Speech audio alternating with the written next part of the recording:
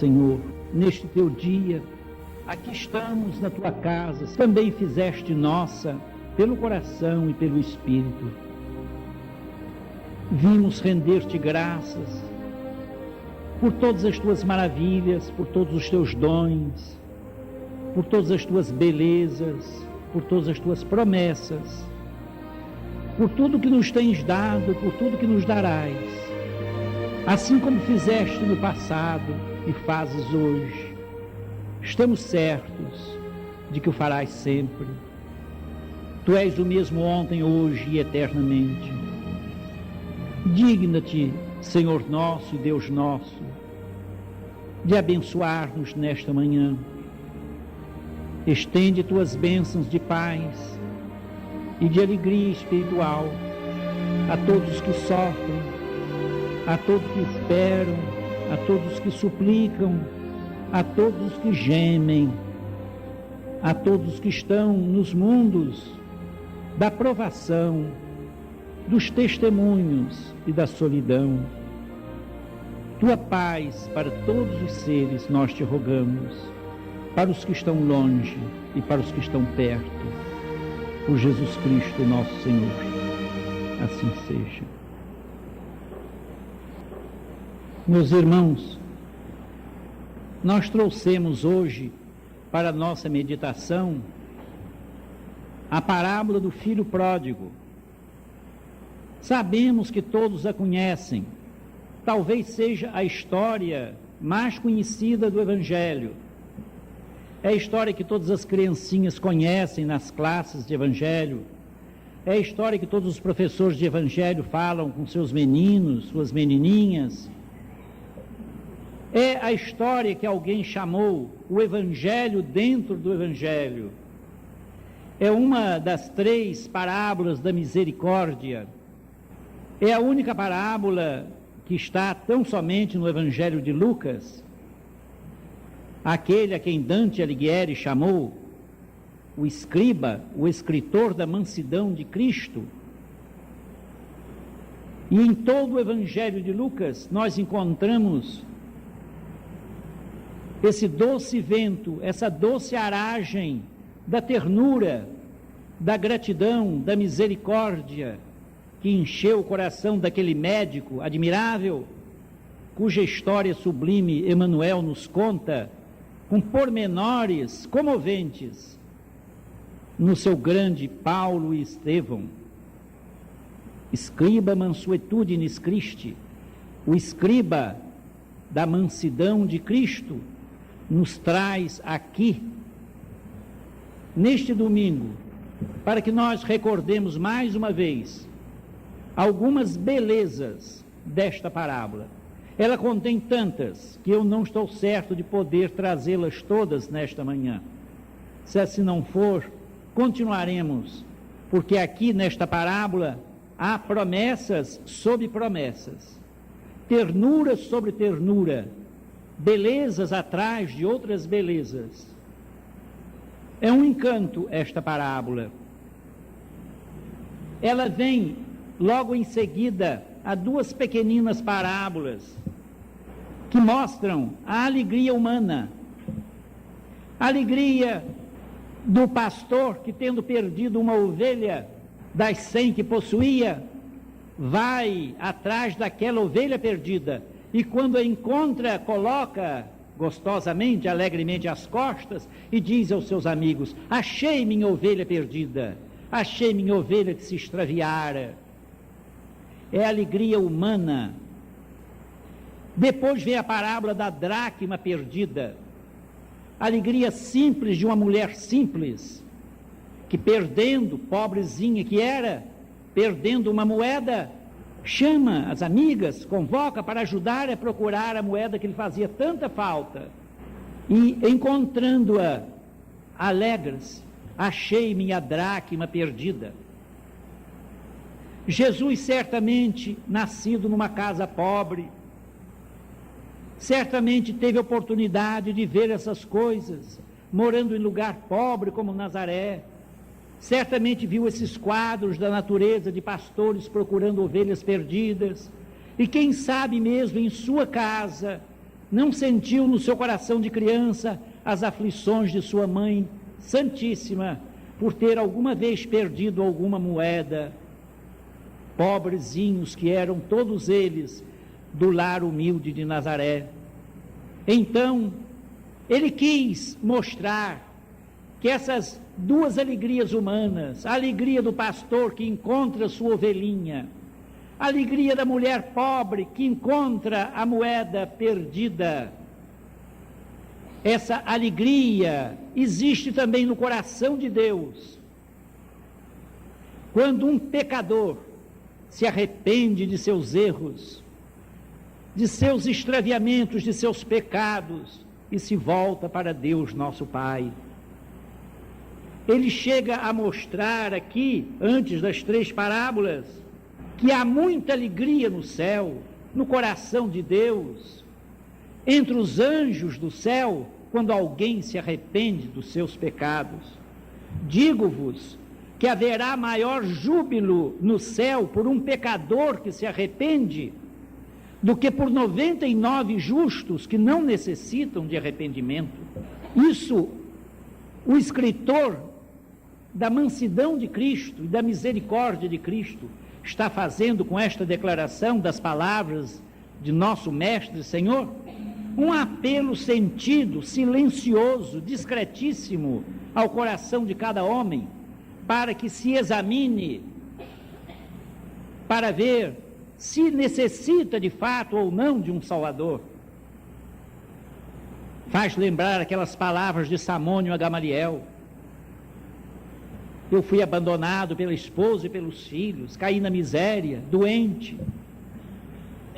Encontrei bondade aqui nesta casa do caminho pelas mãos de Simão Pedro. Eu precisava de um Salvador e encontrei. Você, Gamaliel, meu amigo de infância, você está feliz, tem tudo, saúde, bem-estar, um lar tranquilo, recursos financeiros. Por enquanto você ainda não precisa de um Salvador, mas eu precisava, eu preciso. Eu sei o que é precisar de um Salvador. Como se dissesse a Gamaliel, o mestre em Israel, que mais tarde também vai precisar de um Salvador e vai encontrá-lo no deserto de Dan.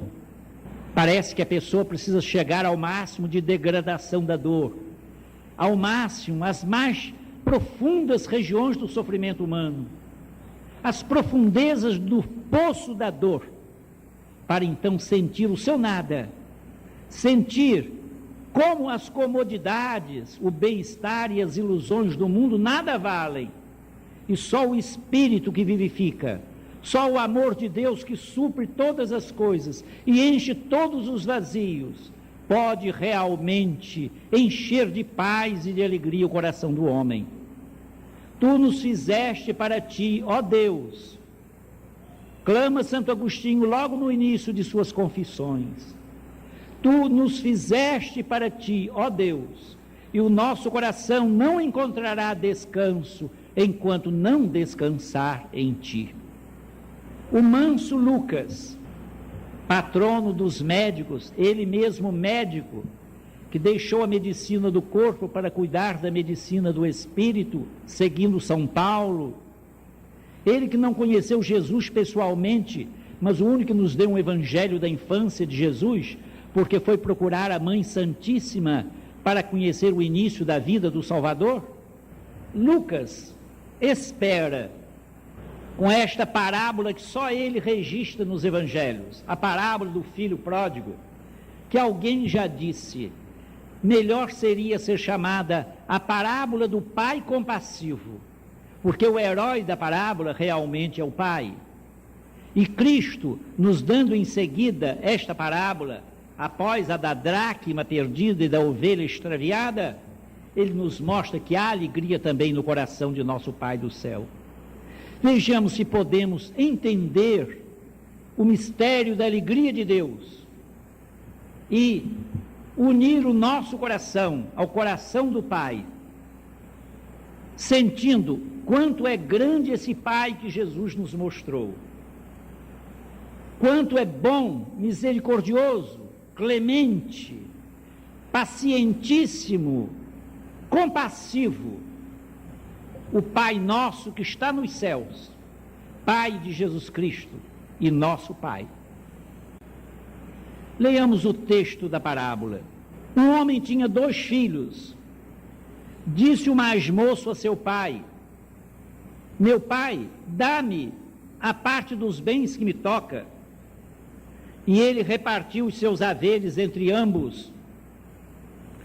Poucos dias depois, o filho mais moço, ajuntando tudo que era seu, partiu para um país longínquo e lá dissipou todos os seus bens, vivendo dissolutamente.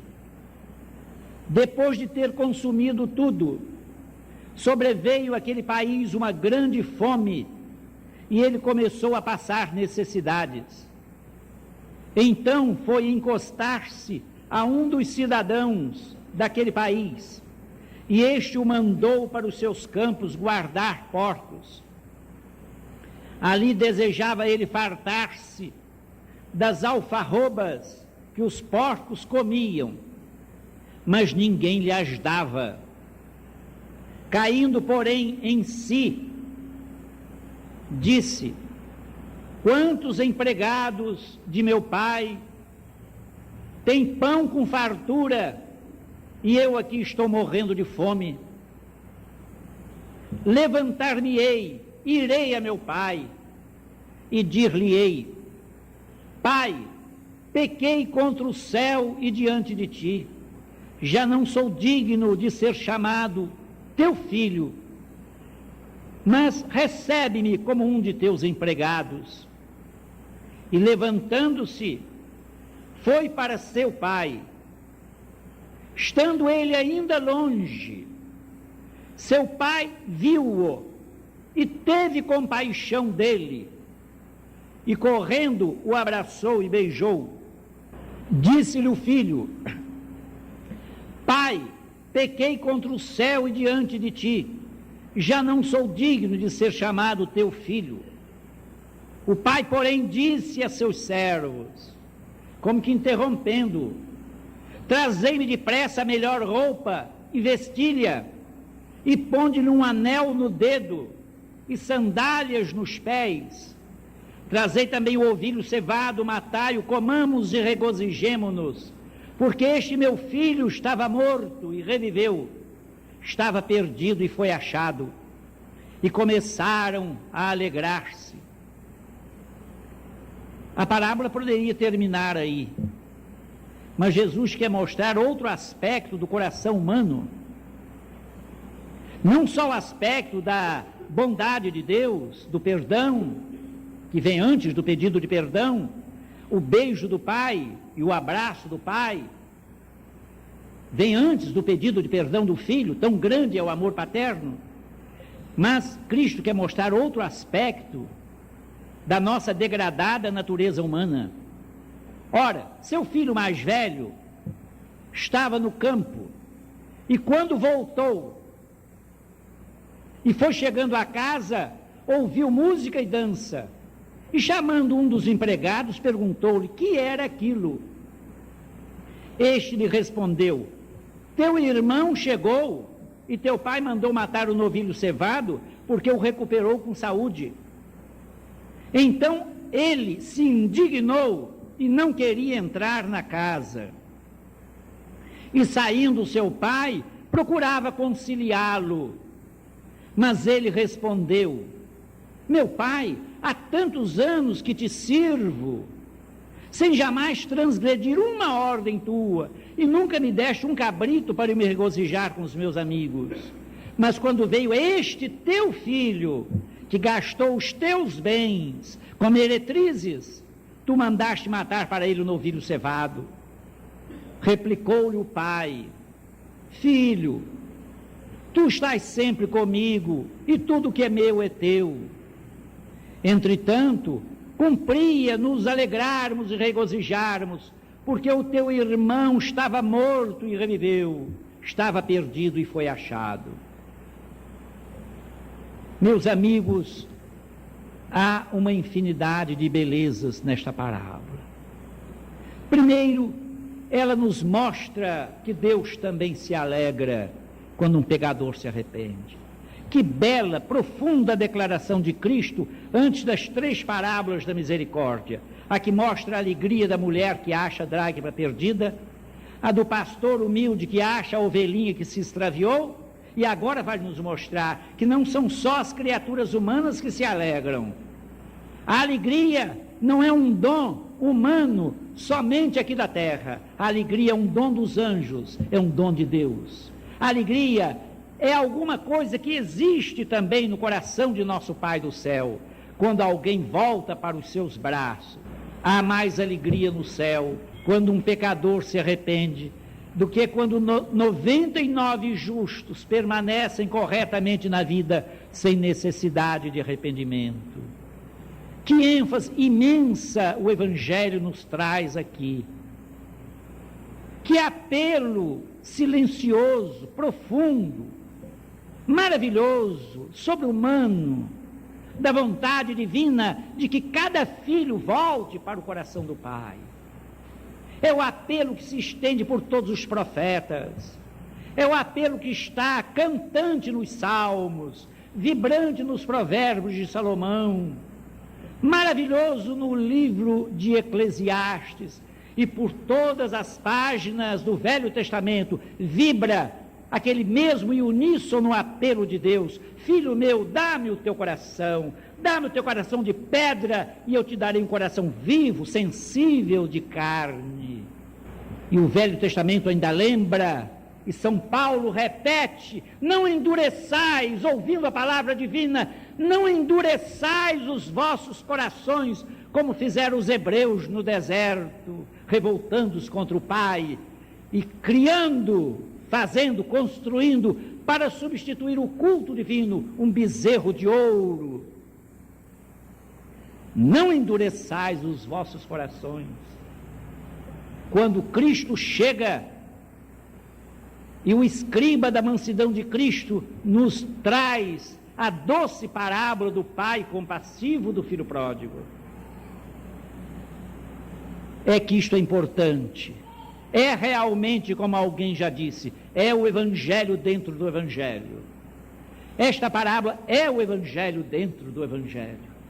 Um homem tinha 2 filhos. Disse o mais moço a seu pai: meu pai, dá-me parte dos bens que me toca. E ele repartiu os seus haveres entre ambos. Direis, é um costume judaico, é costume oriental. Mas que beleza, que apelo, que exemplo. Não houve discussão entre pai e filhos, não houve choques, não houve problemas de lápis, de cálculo, de computador, de lucros, de juros, de poupanças, de heranças. Apenas o pai entregou a parte que lhe cabia.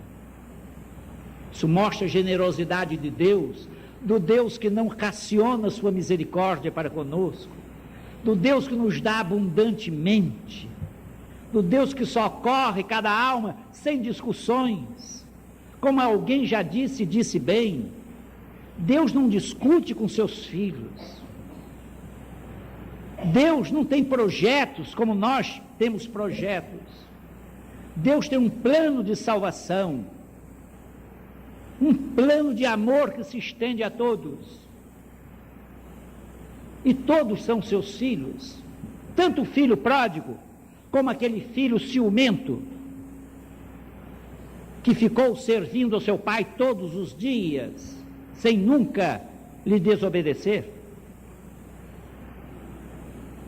Poucos dias depois, o filho mais moço, futuro pródigo, ajuntando tudo que era seu, partiu para um país distante, país não hebreu, e lá dissipou todos os seus bens, vivendo dissolutamente. Depois de ter consumido tudo, como esta parábola é atual, como a palavra de Cristo é realmente eterna, intemporal, ela veio para todos os tempos, para todas as nações, universal e intemporal. Ela fala a todas as almas, de todas as latitudes, de todas as épocas. Porque, como diz uma das grandes mensagens, a alma humana é sempre a mesma, em todos os tempos e em todas as latitudes. Então foi encostar-se a um dos cidadãos daquele país estrangeiro, e este o mandou para os seus campos guardar porcos.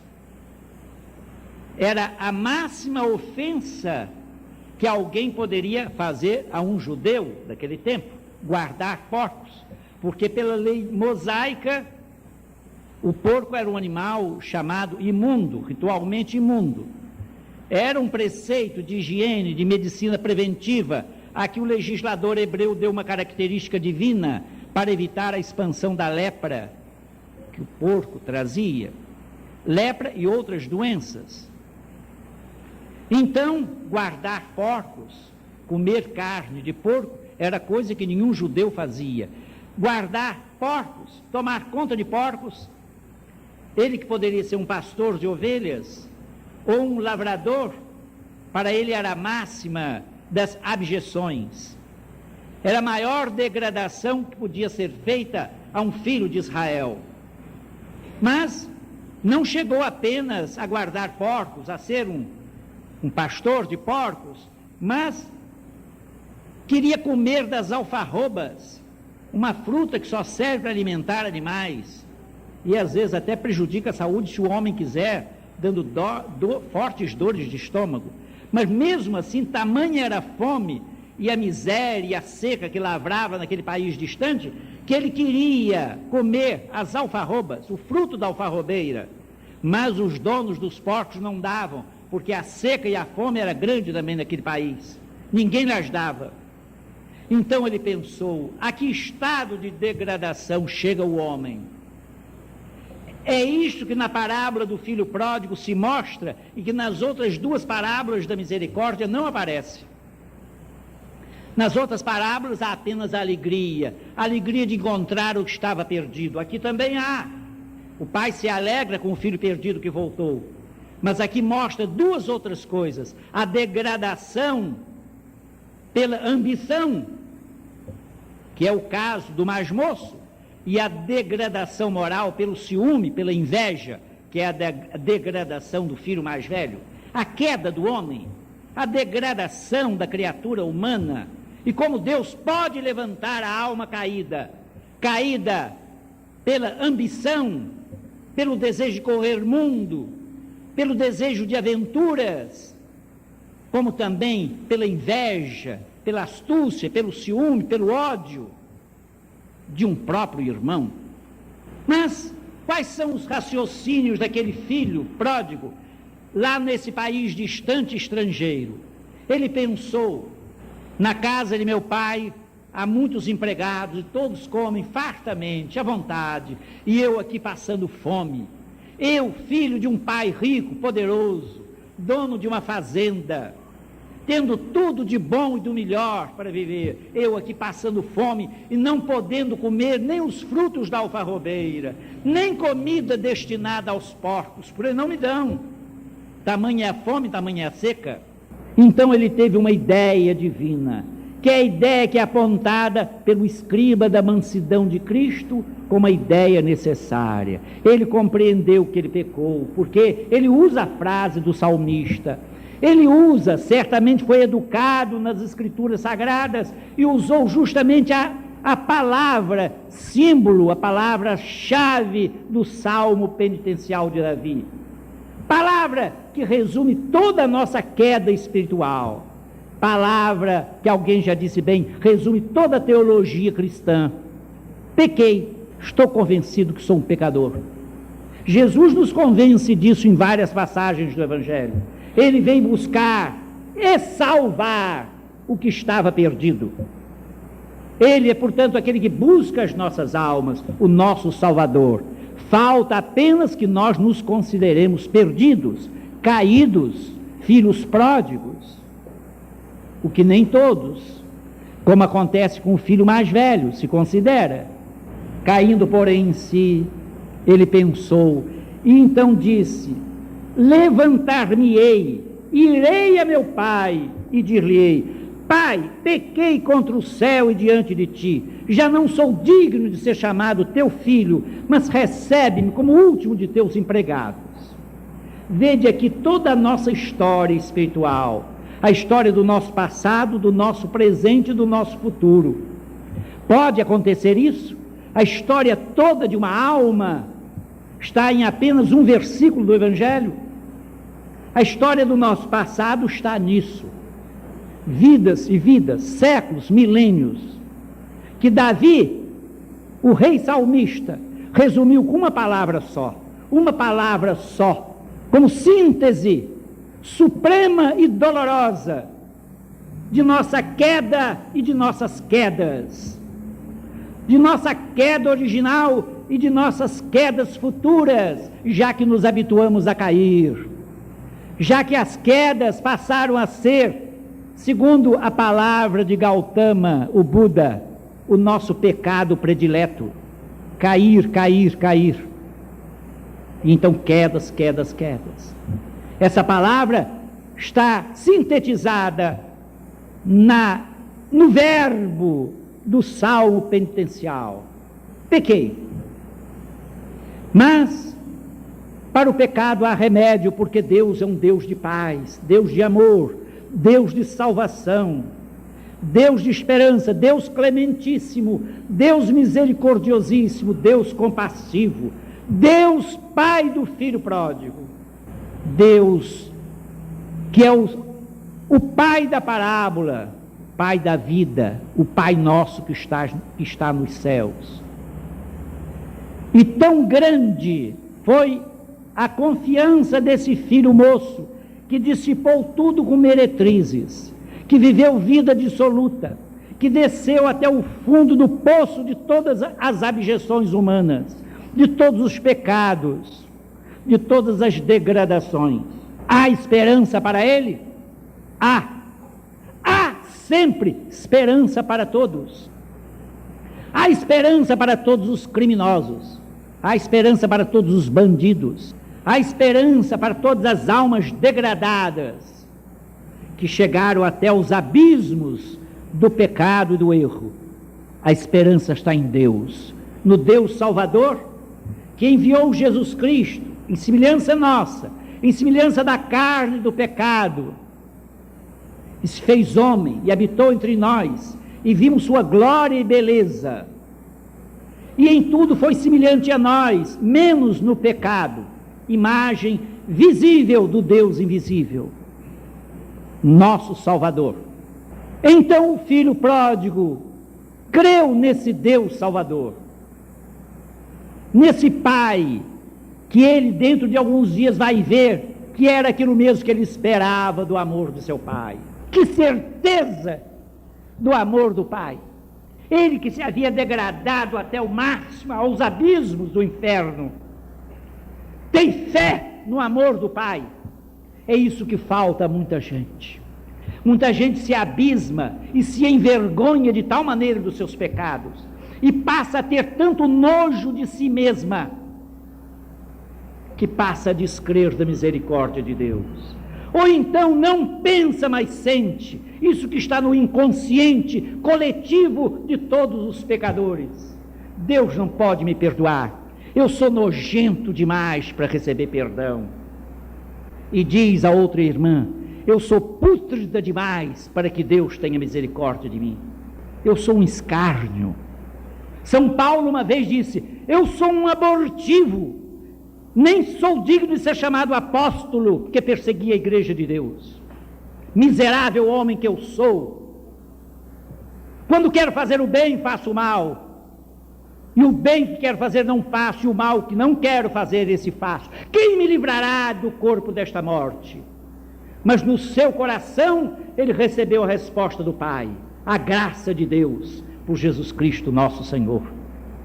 Então é a graça de Deus, é o auxílio do Pai, não é por esforço nosso, não é por um tremendo esforço de evolução, que a própria evolução é a força de Deus agindo. Nós falamos, nós evoluímos, precisamos evoluir, dirigir a nossa evolução. São frases muito belas, teóricas, românticas, vaidosas, mas sem a graça do Pai. Cristo diz: ninguém pode vir a mim se não for mandado pelo meu Pai. E nós não confiamos em Deus. Às vezes confiamos nas nossas próprias atividades, nas nossas míseras caridades, nas nossas vaidosíssimas potências, nas nossas ninharias que julgamos coisas valiosíssimas, na nossa inteligência que é zero diante da sabedoria do Pai. Aquilo que para Deus é sabedoria, para o homem é loucura, mas São Paulo diz também que aquilo que o homem julga sabedoria, para Deus é loucura. O filho pródigo nos dá uma lição. Ele confiou no Pai. Levantar-me e irei para o meu Pai. Que coisa extraordinária a confiança deste homem. A fé desse homem que se afundou no pecado com as meretrizes, colocou toda a sua herança na lama do pecado. Eu vou ler-vos uma página. Há poucos dias eu vos falei aqui em Péguy, Charles Péguy, o grande cristão francês dos nossos tempos. Ele diz: como é triste alguém querer entrar sozinho no céu. Falei-vos nisso. Trago-vos aqui outro trecho de Péguy, e esse sobre o filho pródigo, no seu livro Mystère des Saints Innocents, Mistério dos Santos Inocentes. Pai nosso que estás nos céus, meu filho lhes ensinou esta oração. É como que Deus falando a cada um de nós. Meu filho lhes ensinou esta oração e sabia bem o que fazia. Meu filho os amava tanto que viveu entre eles, como era um deles, e trouxe para o céu um gosto do homem, um certo gosto da terra. Meu filho soube bem como arranjar-se para atar os braços da minha justiça e desatar os braços da minha misericórdia. E agora é preciso que eu os julgue como um pai, como se um pai soubesse julgar. Como são belas as palavras de Péguy. Um pai não sabe julgar. Um pai, o pai dos céus, sobretudo, o pai do filho pródigo, não sabe julgar, só sabe amar. Porque antes que o filho jogasse sobre ele aquela palavra sintética de toda a teologia, a história da queda e das quedas, antes que o filho se atirasse aos braços do pai, foi o pai que beijou o filho, e já o esperava muito na curva das estradas, esperava aquele filho toda tarde, todo dia, sabia que ele haveria de voltar, mas antes que o filho falasse, o pai o beijou e o abraçou. Então ele diz: papai, pequei contra Deus e contra ti. Um homem tinha 2 filhos, sabe-se muito bem como um pai julga. Há um exemplo conhecido, sabe-se muito bem como o pai julgou o filho que partira e voltou, referência à parábola que nós vimos, e era o que derramava mais lágrimas, era o pai que mais chorava, mais que o próprio filho. E eis que o meu filho lhes contou, meu filho entregou-lhes o próprio segredo do julgamento. O segredo do julgamento do pai é o amor. Foi isso que Deus fez. É isso em que a gente não crê, para vergonha nossa, para desgraça nossa. E se a gente crê, a gente vai adiando, e adiando essa volta, e continuando comendo alfarrobas, comida destinada aos porcos. Ele não teve, porque o dono daquela região onde ele trabalhava, o seu patrão, estava lutando com dificuldades, mas há muitas alfarrobas por aí que os filhos pródigos continuam comendo, em lugar de abandonarem a terra das alfarrobeiras e voltarem para o Pai. Há uma outra passagem de um grande pensador cristão, filósofo cristão dos primeiros séculos. Num dos seus sermões, Pedro Crisólogo diz assim: eu me levantarei e irei a meu pai, exclama o filho pródigo. De onde lhe vem esta esperança, esta segura confiança? Do próprio fato de tratar-se de seu pai. Perdi, diz consigo mesmo, o filho pródigo, Pedro Crisólogo imagina o filho pródigo pensando. O filho pródigo pensou assim, o que a parábola não relata. Eu, filho pródigo, perdi minha qualidade de filho. Tanto que ele disse: pai, recebe-me como o último de teus empregados, eu não sou digno de ser chamado teu filho. Mas ele não perdeu sua qualidade de pai. Não é necessário um advogado para interceder junto a um pai. E o pai perdoa o filho com um beijo e esconde num abraço a sua falta. Vede se não é isto mesmo que está aqui. Levantar-me-ei, máximo de confiança, daquele que sentiu que perdeu a sua qualidade de filho, mas que sabia que o pai não perdeu sua qualidade de pai. Levantar-me-ei e lhe direi: pai, pequei contra o céu diante de ti, já não sou digno de ser chamado teu filho. Trata-me, faze-me um de teus empregados. E levantando-se, pensou em levantar-se e levantou-se, foi e largou o país das alfarrobas, e largou a imundície de que se alimentava, e largou o país do pecado e das meretrizes. E estando o filho ainda longe, vede a beleza do escriba da mansidão de Cristo. E estando o filho ainda longe, seu pai o viu. Quanta beleza para reflexão, meus amigos. Nós estamos longe de Deus, nosso pai está olhando para nós, esperando nossa volta, nosso arrependimento e nossos arrependimentos, no plural mesmo. Estando ele ainda longe, seu pai o viu e teve compaixão dele. Quem primeiro chorou foi o pai, o filho ainda estava longe. O pai está chorando de pena antes que o filho chegue, se ajoelhe e peça perdão. Quem chorou primeiro foi o pai. Quem correu primeiro foi o pai. E correndo, é o pai que corre. O filho não tinha forças para correr. Estava alquebrado, sem forças, arrebentado, imundo, mal ajambrado, vestes sujas, sem forças para andar, quanto mais para correr. Quem corre é o pai, quem chora é o pai. E antes de receber o pedido de perdão, quem perdoa é o pai. Mas perdoa como? Altaneiro, principesco, poderoso, como um juiz autoritário, exercendo poder, jurisdição e mando. Não, perdoa com um beijo. E correndo, o abraçou e beijou. Charles Péguy diz: perdoou com um beijo e com um abraço, escondeu o pecado do filho. Como tudo isso é belo! É nesse Deus poderoso e bom. Nem todos creem.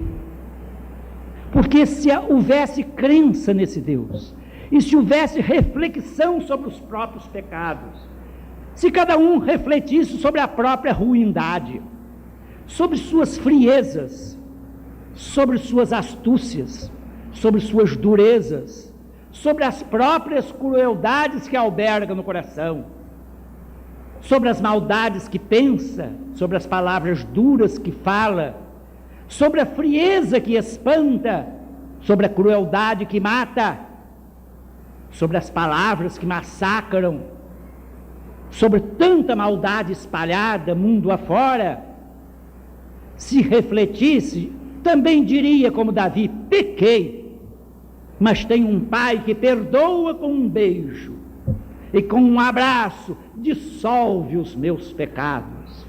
É bom crer nisso.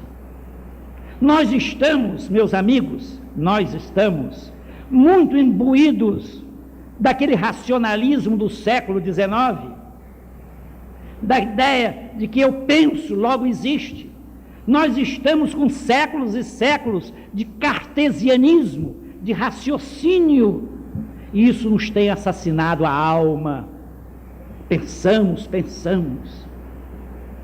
raciocinamos, somos mais cartesianos que cristãos, somos mais raciocinadores do que seres dotados de um coração semelhante ao coração de Deus.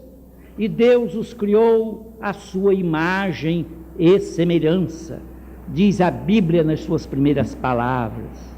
Nós fomos criados à imagem e semelhança de Deus. Deus é espírito, nós somos espíritos.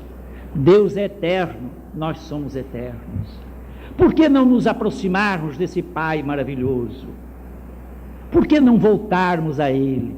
Que é que nos impede?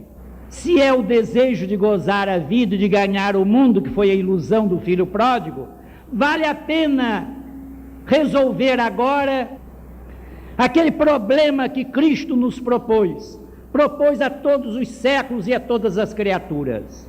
Problema intemporal para todos. Que adianta o homem ganhar o mundo inteiro e perder a sua alma? Esse ganhar o mundo inteiro tem sido sempre interpretado na qualidade de ganhar materialmente, de ganhar como conquistador, a maneira de um Napoleão Bonaparte, ou de um destruidor de milhões de pessoas, massacrador de populações, à semelhança de um líder nazista, de Adolf Hitler. Mas ganhar o mundo não é só isso, não. Esse espírito de liderança que é a psicose dos nossos dias, mandar, mandar, mandar. Talvez o primeiro psicótico nesse sentido fosse o próprio Caio Júlio César, com esta expressão tão conhecida de todos: prefiro ser o primeiro numa aldeia romana a ser o segundo em Roma. Ou a pessoa tem o primeiro lugar, ou não aceita nada. Em segundo lugar, eu não fico. Em terceiro lugar, eu não faço nada. Em quarto lugar, eu sumo. Porque ou eu mando em todas as equipes, ou não faço nada. Eu sou o cesariano mesmo. Júlio Caio César. Então é a psicose. Se nós temos esta ideia de que podemos por nós mesmos resolver tudo, nós vamos rolando de vida em vida e não sabemos o que será de nós. Aqui o filho pródigo nos diz: levantar-me-ei e irei a meu pai. E foi. O que nós precisamos, meus amigos, é ter certeza de que somos julgados, fomos sempre julgados misericordiosamente e seremos julgados por um Pai de misericórdia. E por acaso, pergunta Charles Péguy, por acaso um pai sabe julgar? Julgar é coisa de pai. Coisa de pai é amar, é perdoar com um beijo e esconder os pecados com um abraço, é chorar antes que o filho chegue, é correr antes que ele se aproxime. Nós somos diferentes, achamos que é o nosso esforço, não entendemos o mistério divino da evolução, da lei de evolução, achamos que o grande motor da evolução é a nossa vontade. Muitos dizem: eu quero e faço o que eu quero.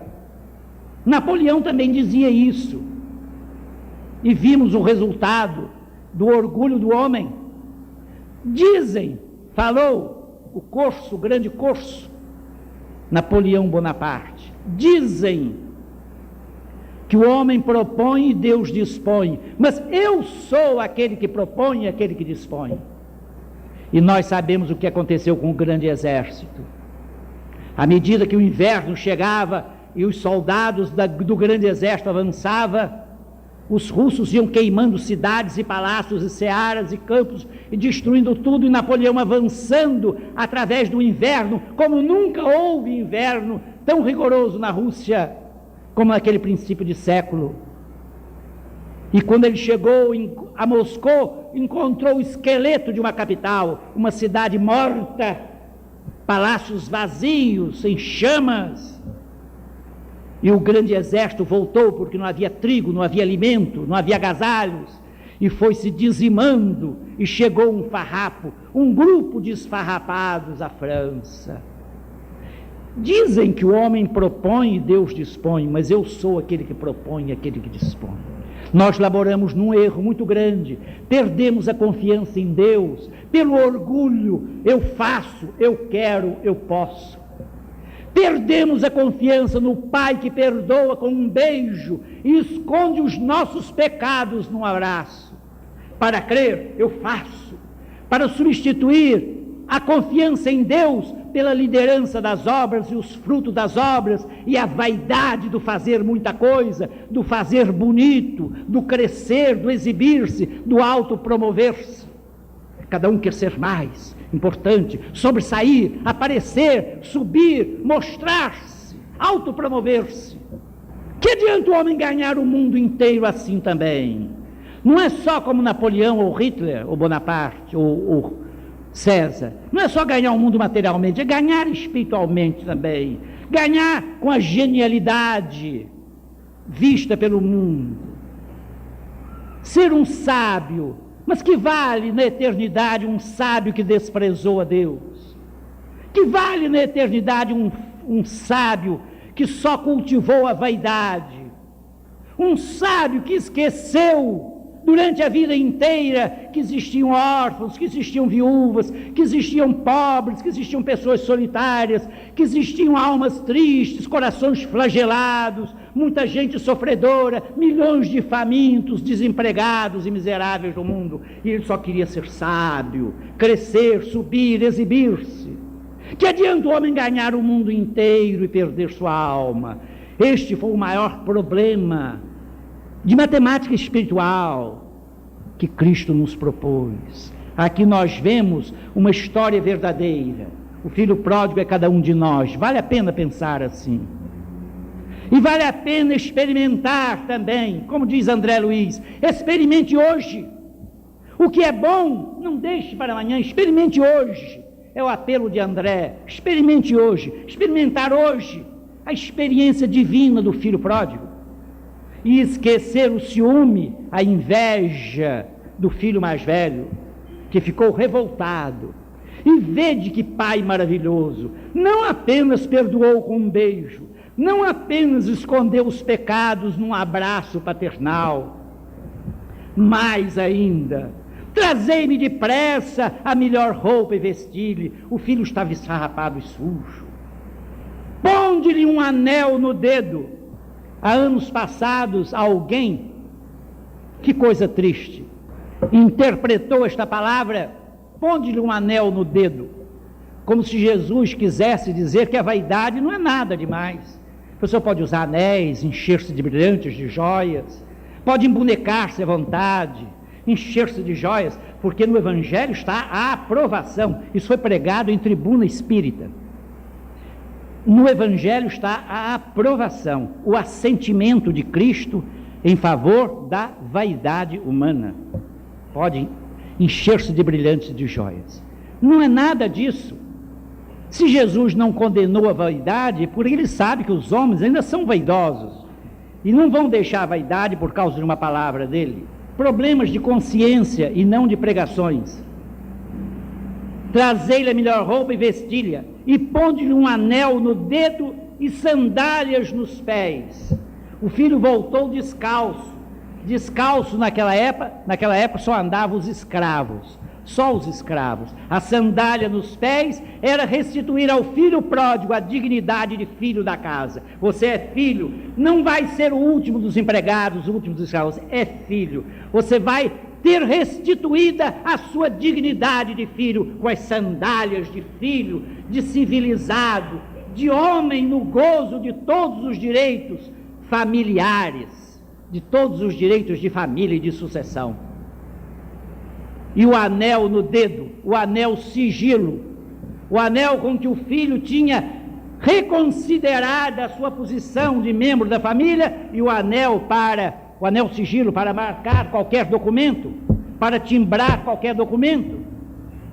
Ele voltou à dignidade de filho, na roupa de homem limpo e civilizado, de filho de uma casa, de um pai rico e bom como é Deus, com o anel que exprime a sua reintegração nos direitos familiares, nos direitos da família de Deus, apesar de todos os pecados que foram perdoados com um beijo, e as sandálias dos pés, para voltar à dignidade, embora o outro irmão estivesse reclamando contra tanta bondade para um filho que dissipou tudo, embora a inveja clamasse, embora o ciúminho ou ciumado, ou que seja, reclamasse daquele pai, que nunca lhe deu um novilho para ele festejar com seus amigos, e o pai então dá ao filho pacientemente, ele é um pai cheio de amor, dá a resposta sublime, resposta que é para todos os filhos, não somente para o filho ciumento: meu filho, tu estás sempre comigo, tudo que é meu é teu, tudo que é de Deus é nosso. Por isso é que São Paulo, sentindo a grandeza das nossas heranças eternas, querendo que nós sentíssemos e crêssemos que Cristo foi preparar lugar para nós. Na casa de meu pai há muitas moradas, eu vou preparar lugar para vós. Se assim não fosse, eu vou teria dito. Cristo não pode mentir. Se nós formos infiéis, como diz o apóstolo, ele permanece fiel, não pode enganar-se a si mesmo. É verdade, há muitas moradas. E que é que nós somos diante da parábola do filho pródigo? Diante da parábola do filho pródigo, nós somos justamente aquilo que o filho pródigo recebeu: a restituição de todos os direitos, a sua reintegração em toda situação jurídica, familiar, humana, espiritual, dentro do lar do grande e amoroso Pai compassivo. Daí o anel sigilo, daí as sandálias, daí a roupa limpa. Por quê? Porque confiou no Pai. É essa confiança que nós precisamos ter. Por isso São Paulo diz: nós somos herdeiros de Deus e co-herdeiros de Cristo. Meus irmãos, pensemos nisso. E um dia voltaremos a ver outras maravilhas, outras belezas, que ainda existem muitas, desta parábola maravilhosa do filho pródigo, que o doce Lucas, evangelista, patrono dos médicos, escreveu para nós no terceiro evangelho. Que Deus nos abençoe.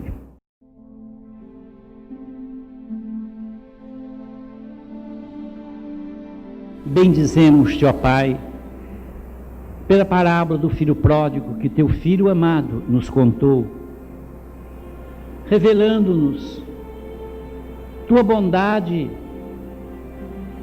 intraduzível,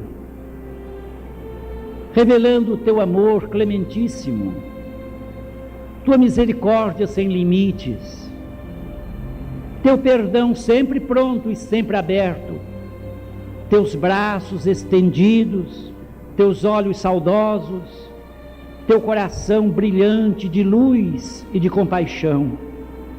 Deus Santo, perdoa-nos se não temos sabido pensar nem sentir o teu infinito amor. Perdoa-nos, Pai, de bondade e de beleza, se não temos meditado na extensão deste amor infinito, na beleza do teu coração, nas alegrias do teu espírito, quando um pecador se arrepende. Permite que cada filho pródigo, que assim se julgue aqui presente, possa silenciosamente, no ádito do coração, também dizer: pequei. Possa também levantar-se, deixar o país das alfarrobeiras, deixar as coisas destinadas aos porcos, aqueles que espiritualmente desceram ao chavascal dos erros e dos pecados, e voltar-se para ti, Senhor. Dá que cada um possa dizer: levantar-me-ei e irei para meu Pai. E meu Pai quer dizer perdão, perdão com um beijo. E meu Pai quer dizer perdão de todos os pecados que são diluídos num abraço. Deus Santo, perdoa-nos nosso esquecimento de Ti, como andamos distraídos, Senhor, pela vida fora, cuidando de 1000 coisas secundárias, esquecendo a única coisa necessária, aquela parte que Maria de Betânia escolheu e que nunca lhe será tirada. Deus Santo, Deus Pai, Deus bendito, Pai de Jesus Cristo e Pai nosso, despede-nos com um raio de luz de tua misericórdia e guarda-nos na tua luz e no teu amor, hoje, para sempre, para a eternidade, por Jesus Cristo nosso Senhor. Assim seja.